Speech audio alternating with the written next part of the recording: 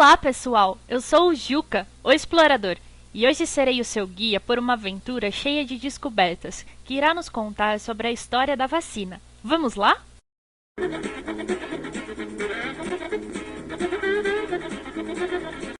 Há muitos anos atrás, no século XVIII, a população mundial era aterrorizada por uma doença, a varíola. A transmissão ocorria rapidamente de uma pessoa para outra. O terror era resultado do que a doença causava nas pessoas, como febre, feridas vermelhas com pus pelo corpo, inclusive dentro do nariz e da boca, e até complicações mais sérias que levavam à morte. A recuperação era rara. Nessa mesma época, vivia na Inglaterra um médico chamado Edward Jenner, um sujeito atento e curioso sobre o mundo. Um dia, tratando dos meus pacientes, ouvi falar de uma senhora que cuidava de vacas e que se gabava de não pegar a doença. Eu e minhas amigas, que trabalhamos tirando leite de vacas, jamais adoecemos com a varíola. O máximo que nos acontece é aparecer algumas feridinhas pequenas pelo corpo. Vocês aí conseguem imaginar por que as camponesas não ficavam doentes?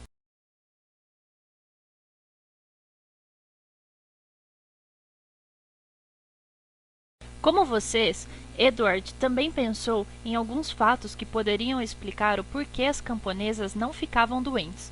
Vamos ver o que ele pensou?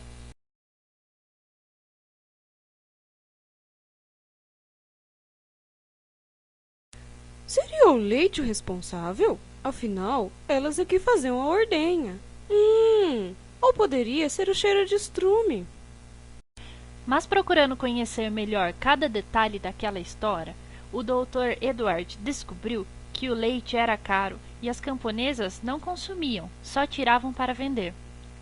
E verificou também que o cheiro de estrume existia por toda a Inglaterra. Foi então que ele se dirigiu ao curral.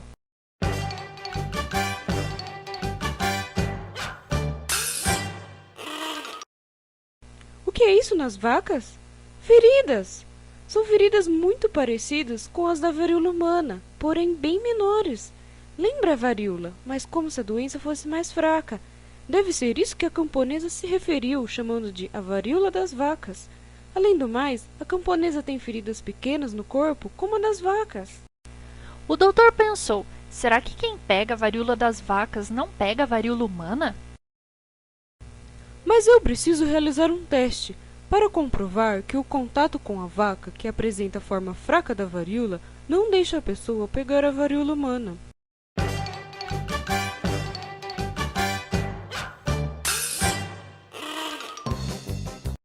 Será que se eu colocar uma pessoa saudável em contato com uma vaca doente, a pessoa não pegaria a varíola humana?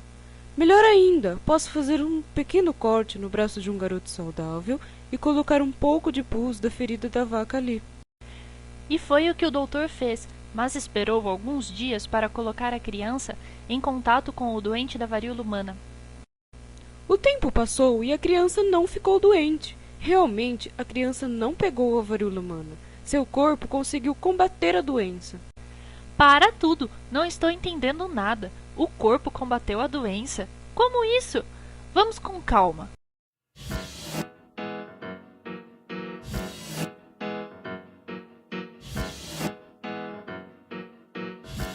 Professor, você pode me ajudar nessa parte? Posso sim, Juca. Quando o doutor diz que o corpo do garoto combateu a doença, ele está se referindo ao sistema imunológico. Mas o que é esse sistema imunológico, ou sistema imune, como também é conhecido? É um sistema de defesa que circula pelo nosso corpo e que atua para nos proteger. Mas ele não está presente só em nós. Todos os organismos têm sistema imune, alguns mais complexos e outros menos. O nosso corpo está em constante contato com o ambiente. Assim, pequenos organismos e partículas entram no nosso corpo a todo momento. O sistema imune é um sistema que protege o corpo daqueles agentes invasores que podem nos causar algum prejuízo. Os invasores são chamados de antígenos. Alguns exemplos de antígenos são vírus, bactérias e protozoários. Como são diferentes de todas as outras células do nosso corpo, eles são reconhecidos como estranhos e combatidos pelo sistema imune. O nosso corpo tem várias barreiras para impedir a entrada do antígeno. Alguns exemplos das primeiras barreiras são a pele, que atua como um escudo protetor, as lágrimas, que lavam os olhos, a tosse, que expele o invasor para fora, e o ácido do estômago, que mata grande parte dos antígenos. Quando o antígeno consegue passar pelas barreiras, ele encontra células e moléculas de defesa. As moléculas e células de defesa são anticorpos, macrófagos e leucócitos, que impedem o antígeno de se instalar no nosso corpo. Vamos ver um exemplo de como ocorre essa defesa. Para isso, vamos acompanhar o macrófago. O macrófago se liga ao antígeno, engloba para dentro do seu corpo e o destrói. Um defensor que faz parte dos leucócitos e que merece destaque é o linfócito, para os íntimos, linfócito B. Quando os linfócitos B reconhecem um antígeno, eles começam a se preparar para a defesa. Isso leva algum tempo, então parte deles atua sobre os antígenos e parte fica guardada com as informações de como é aquele antígeno. Essa parte dos linfócitos B que fica guardada é chamada de células de memória. Assim, caso no futuro o mesmo antígeno entre novamente no corpo, os linfócitos B já estarão prontos e assim a defesa será mais rápida. Isso significa uma resposta imune mais rápida e eficiente. Obrigado, professor! Agora que o senhor explicou o funcionamento do sistema de defesa do nosso corpo, acho que consigo entender o que o Eduardo descobriu. Então, quando o vírus da varíola das vacas, que é um vírus mais fraco, foi colocado no garoto, o corpo preparou os linfócitos B. Assim, parte dos linfócitos B matou o vírus e a outra parte ficou guardada como células de memória.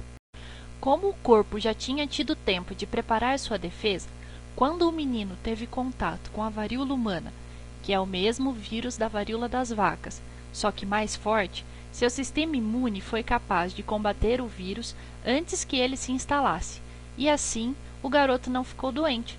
É isso, professor? Isso mesmo, Juca. Você compreendeu certinho. Meus parabéns. Só uma coisa que eu não entendi, professor. Por que chamamos a vacina de vacina? Porque o vírus da varíola das vacas era chamado de vacínia. Assim, o doutor deu o nome à sua descoberta de vacina. Sabe, Juca, eu tenho uma amiga que é especialista em vacina, a doutora Terezinha. Ela vai nos contar mais sobre vacina. Oi, professor, quanto tempo? Eu vou falar um pouquinho para vocês sobre as vacinas que são utilizadas no Brasil atualmente e da importância das vacinas. As vacinas elas são utilizadas para evitar ou prevenir doenças infecciosas causadas principalmente por vírus e bactérias. A vacinação é uma das medidas mais importantes e mais simples de prevenção das doenças. É muito melhor, muito mais fácil você prevenir do que tratar uma doença. É nesse sentido que as vacinas funcionam, né? Como é produzida uma vacina? Vocês têm ideia de como é produzida uma vacina? Atualmente, a vacina contém micro-organismos preparados de forma muito semelhante do que foi inicialmente produzida pelo médico inglês Edward Jenner. As vacinas elas são constituídas por micro-organismos mortos ou enfraquecidos ou ainda preparadas a partir de pequenas porções do micro-organismo purificadas e são inoculadas nos indivíduos para induzir uma proteção contra a doença infecciosa ou contra os agentes infecciosos. Uma vez que esses produtos são inoculados no indivíduo, eles vão induzir uma defesa específica contra aquele micro-organismo e essa defesa vai induzir uma resposta importante do organismo que vai erradicar o agente infeccioso antes mesmo que ele possa produzir doença, né?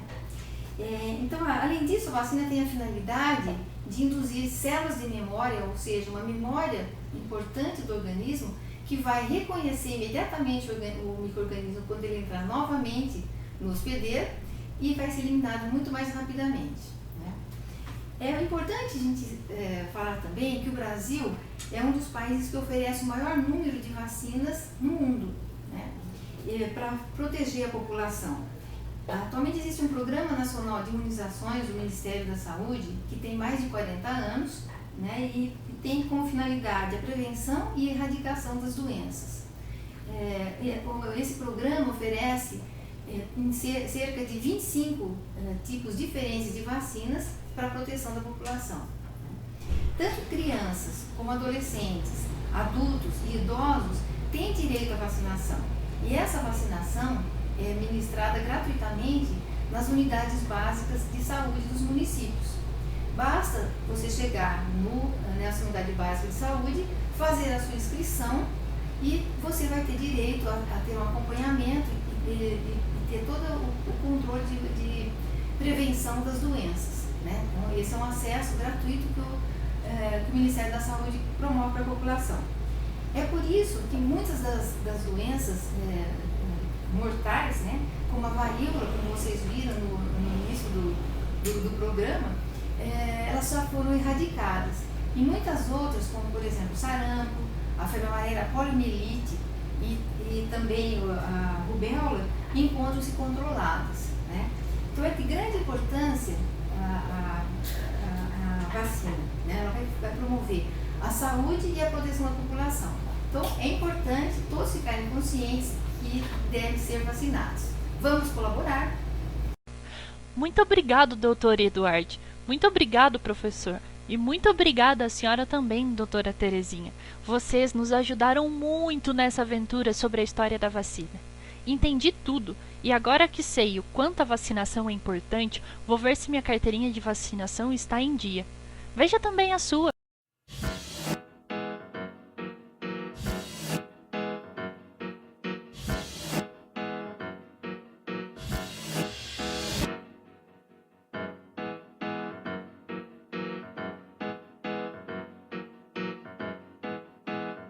Tchau e até o próximo Biologando!